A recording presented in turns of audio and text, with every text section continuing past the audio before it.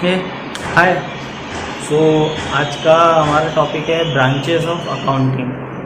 Branches of accounting में basically mainly 3 accounting आती है, फाइनेंशियल अकाउंटिंग, कॉस्ट अकाउंटिंग और मैनेजमेंट अकाउंटिंग। फाइनेंशियल अकाउंटिंग उस अकाउंटिंग को कहते हैं जिसमें बिज़नेस की फाइनेंशियल पोजीशन का पता चलता है कि बिज़नेस इस वक्त कहाँ पर है, किस पोजीशन पर है, कितना प्रॉफिट कमा रहे हैं, कितना लॉस कमा रहे हैं, और साथ ही साथ किस में हमने पैसे इन्वेस्ट करके रखे हुए हैं, कहाँ से हमको पैसे देने हैं, डेटर्स क्रेडिटर्स, सारी नॉलेज हमें देता है। अगर इसको फॉर्मलाइज वे में बोला जाए तो in financial accounting transactions are recorded in modern monetary terms which determine the financial position of a business.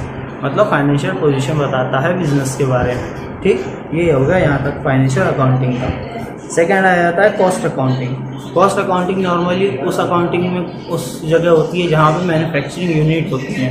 जैसे देखा होगा तुमने कि मैन्युफैक्चरिंग यूनिट क्या होती है कि वो हमेशा यूनिट्स बनाती हैं, यूनिट्स के ऊपर वो अकाउंटिंग करती हैं। फॉर एग्जांपल मान लो अगर आप एक शर्ट बना रहे हो, शर्ट बनाने की एक फैक्ट्री आपकी है, छोटा सा कारखाना है, तो शर्ट्स के लिए कपड़ा लाना, उसके लिए धागा लाना, उसके बाद इलेक्ट्रिसिटी, फिर लेबर, फिर पैकेजिंग के ऊपर रैपिंग, और उसके बाद फिर डिस्ट्रीब्यूशन।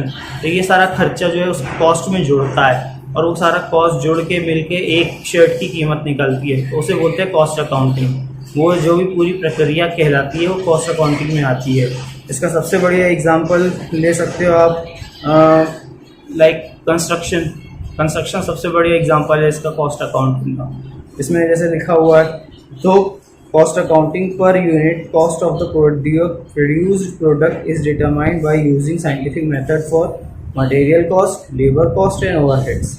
मतलब सारे तरीके के कॉस्ट जो हेड्स हैं उसके ऊपर आता है। ठीक, यहाँ पे सेकेंड हो गया खत्म, कॉस्ट अकाउंटिंग खत्म हो गई।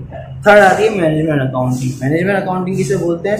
ये ब्रांच की जो मैनेजमेंट अकाउंटिंग है ये बहुत इंपॉर्टेंट होती है। क्यों? क्योंकि ये पूरी हायरार्की को मेंटेन करके चलती है। ये टॉप लेवल से लेके बॉटम लेवल तक को फॉलो करती है।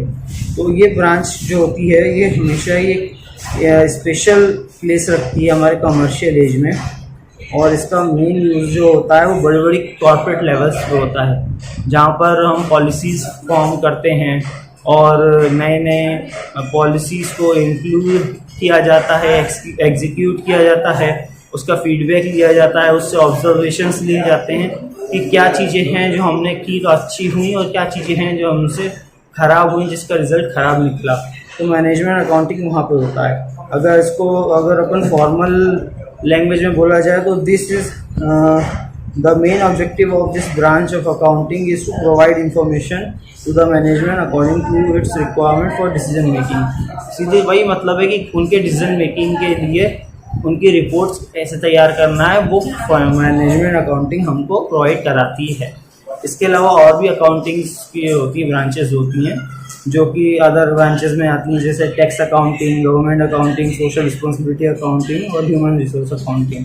ये सब अपने नाम के हिसाब से ही हैं। टैक्स अकाउंटिंग टैक्स के लिए की जाती है, गवर्नमेंट अकाउंटिंग गवर्नमेंट के सरकारी खर्चों के ऊपर की जाती है, सोशल रिस्पॉन्सिबिलिटी वाले जितने भी नॉन NGOs वाले काम होते हैं वो उसके लिए जो अकाउंटिंग की जाती है उसको सोशल रिस्पॉन्सिबिलिटी अकाउंटिंग कहते हैं, और ह्यूमन रिसोर्स अकाउंटिंग उसको कहते हैं जहाँ पे वो ह्यूमंस को HRA को जोड़ने वाली चीज़ें होती हैं कि कितने समय के लिए आया, कितने समय में गया, कौन से दिन आया था, कौन से दिन छुट्टी की थी। वो जो HR जो सैलरी की शीट नहीं मिलती आपको, कोई 15,000 की सैलरी थी जो 14,500 क्यों मिले, 14,800 क्यों नहीं मिले, वो सारी अकाउंटिंग वो उसमें आती है। मतलब ऑल इन ऑल थोड़ा बहुत मिलता जुलता उसी का हिसाब किताब है। तो ये सारी ब्रांचेज ऑफ अकाउंटिंग थी जो हमने 4 मिनट 16 सेकेंड के अंदर कंप्लीट कर ली।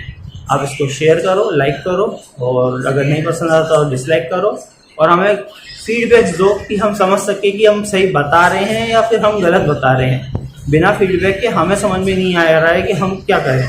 तो आप प्लीज़ फीडबैक दीजिए, कमेंट सेक्शन में कुछ ना कुछ तो लिखिए कि क्या सही था, क्या गलत था, भाषा कहाँ पे सही होनी चाहिए, भाषा गलत है, या फिर हमारा way of talking, way of giving knowledge या स्प्रेडिंग नॉलेज ये गलत है या सही है। आप प्लीज़ कमेंट सेक्शन में ज़रूर कीजिए, कमेंट कीजिए, ताकि हमें समझ में आए कि हम सही कर रहे हैं या गलत कर रहे हैं। Thank you.